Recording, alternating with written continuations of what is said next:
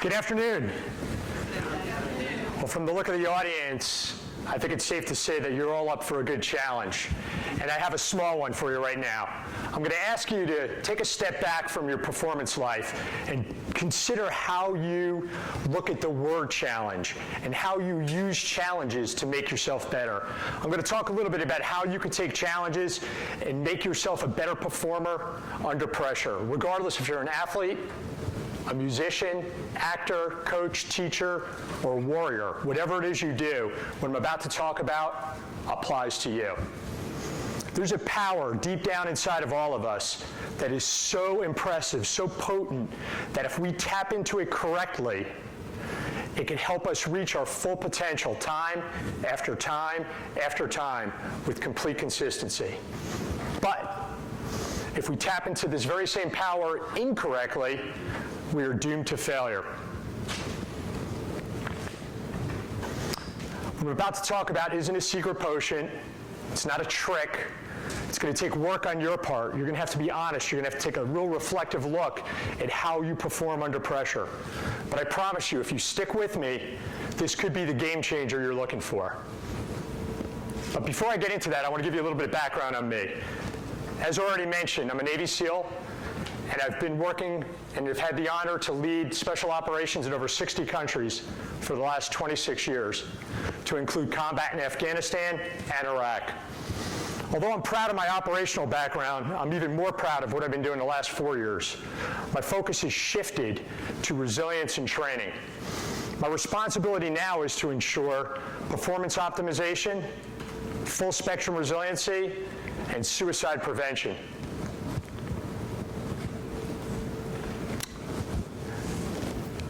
You know, I paused there on the suicide prevention. Over the last few years, we've had a horrible case of 22 veterans a day committing suicide. Let me just pause for a second there again. 22 a day. It's unacceptable, and we're doing everything in our power to change that. What I'm about to talk to you about today, I believe, can be a piece of that solution, while also simultaneously helping you perform better under pressure. Why is it that a Lamborghini, that wonderful car from Europe, when functioning at 100% functionality, can move out at 224 miles per hour time after time after time without fail, while a human functioning at 100% functionality will have extreme performance volatility?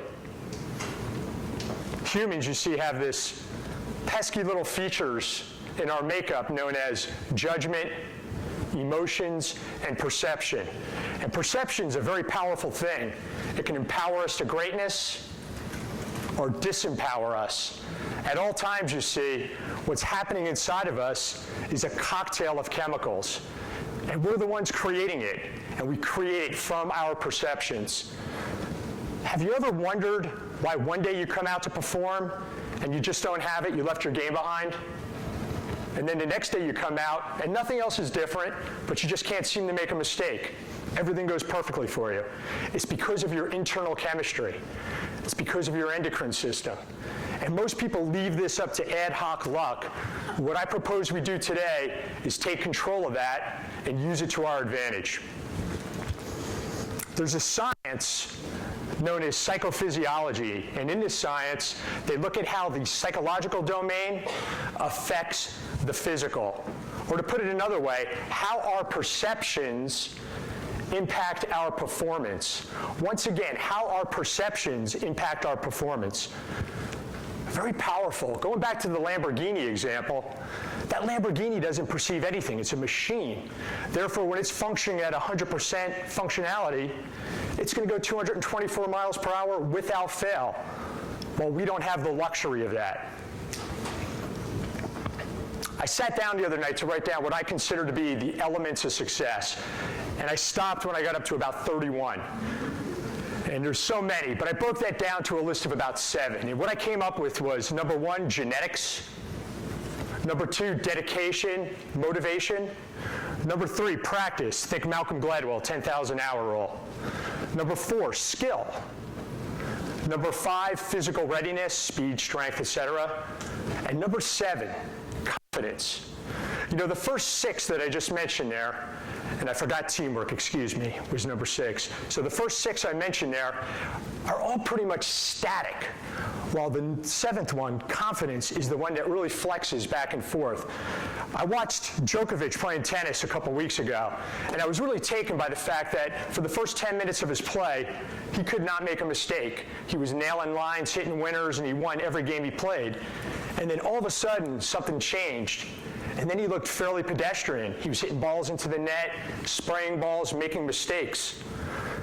Why is that? That Lamborghini can go 224 miles per hour without fail, but the human flexes back and forth. I'm going to propose we take control of this. But before I do that, I have to discuss 2 quick issues. The first is mandatory, and the second is optional. And the first one is how we perceive our own capabilities, how we look at ourselves, how we frame it before we go into that performance. We need to be extremely honest with ourselves, realistic. We cannot be delusional. If we run a 6-minute mile, we can't think we can go into this performance and run a 4:52. That's the definition of delusion. So the more realistic you are, the more you will empower yourself. In fact, I would take it a step further, and I would understate my own capabilities, because that will set you up for success, and I'll get into that in a second. And the second piece that I said was optional, if you take a look at this slide, and look at some of these words up here. This is endocrinology. This is psycho-physiology. Look at some of these words. That bottom one, adrenocorticotropin. It took me all weekend to learn how to pronounce that one, and I still think I got it wrong. But the reality is, do we really need to understand how this science works? Do we need to understand how this cocktail that we're creating in ourselves is functioning? I would say absolutely not. Would it be useful? Yes. And if you're really interested to learn more about what's happening here, I strongly recommend you read a book that's called Top Dog.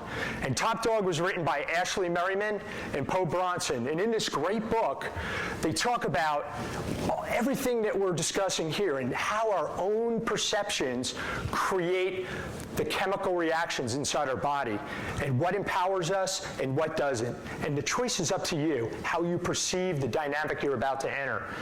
And in that book, they have great, great examples of studies that validate everything we're discussing. One great example was a football game. Late in the 4th quarter, one team's up by 14 points, and that team's jumping up, 35-inch vertical leap, looks like they're ready to play an entire second game, while the other team that's losing by 14 points can barely pick themselves up off the field. Do we really think that these two teams have such a desperate physical capability and conditioning? Absolutely not. That's the chemistry at work. That team that's winning, they're empowered, while the team that's losing, they are not. So I created a model for myself because the science, it's too much for me to comprehend. It's too sophisticated.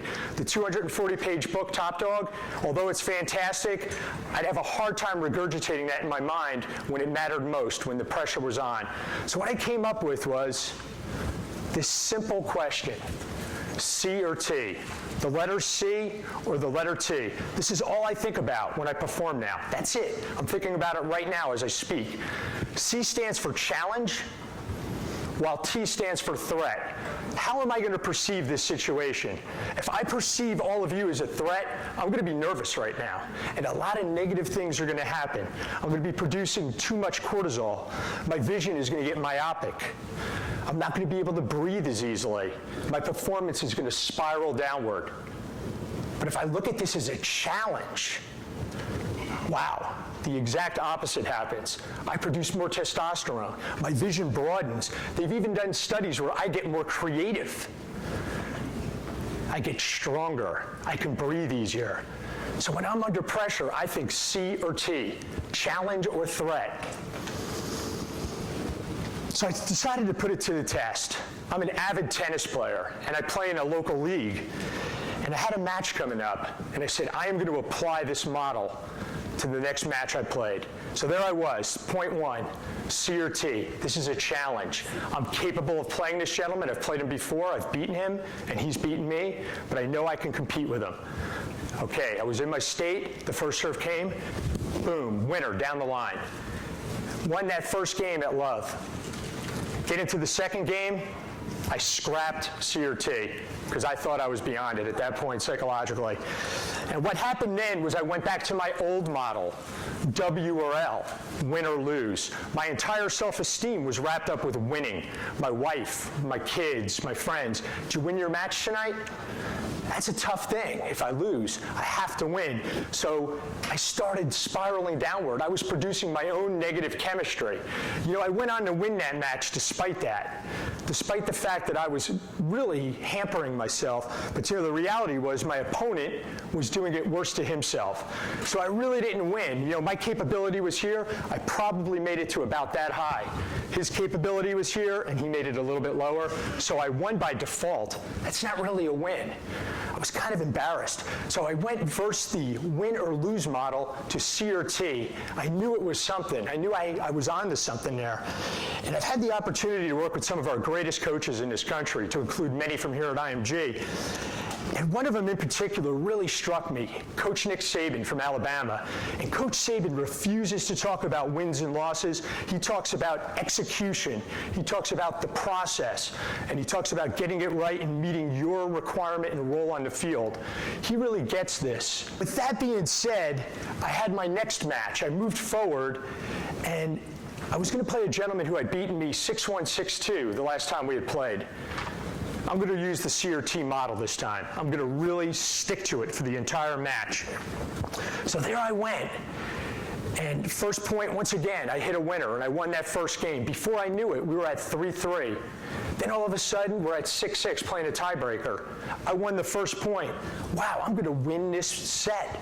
And then I went back to W or L, and I lost that tiebreaker 7-1. Go to the second set, I ended up losing at 7-5. But you know what? Even though I lost, I felt like I won because I really reached my full potential for about 80% of that match. It really felt good. I was proud of myself, and I achieved something that I never was able to do, and that was playing to win versus playing to not lose. You know, taking this one step further into the realm I mentioned earlier with the suicide, I truly believe we have a great opportunity here. We're looking at this now with some of the brightest minds in the country. If we could apply this on a cumulative basis to the warriors on the battlefield, these guys that are exposed to threat time after time after time for 365 days a year, that is negative. If they're perceiving that as a threat, the debilitating effects of what they're doing and creating in their own chemistry, it's crushing them and creating the conditions where they are able to commit suicide. I really believe if we could get them to look at the situation and look at it as a challenge, something that they're fully capable of meeting, they will empower themselves, and we can get rid of some of these negative effects. So what did I talk about today? Predominantly how perceptions impact our performance. If you get a hold of that, it could be the game changer you're looking for. I want to thank you for listening, and I really want to wish you well. But remember, the next time you're under a pressure-packed situation, ask yourself one question: CRT. Thank you.